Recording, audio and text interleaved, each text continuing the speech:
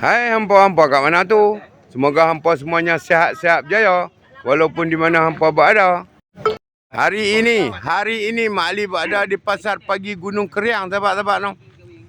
Sedikit view untuk hampa.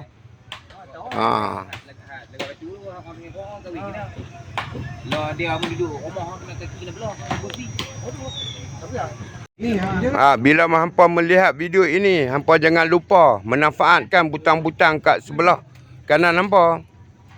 Tali pinggang, sahabat-sahabat. Siapa-siapa yang nak mendapatkan tali pinggang, tali pinggang, boleh datang ke Nat Kameh Gunung Keriang.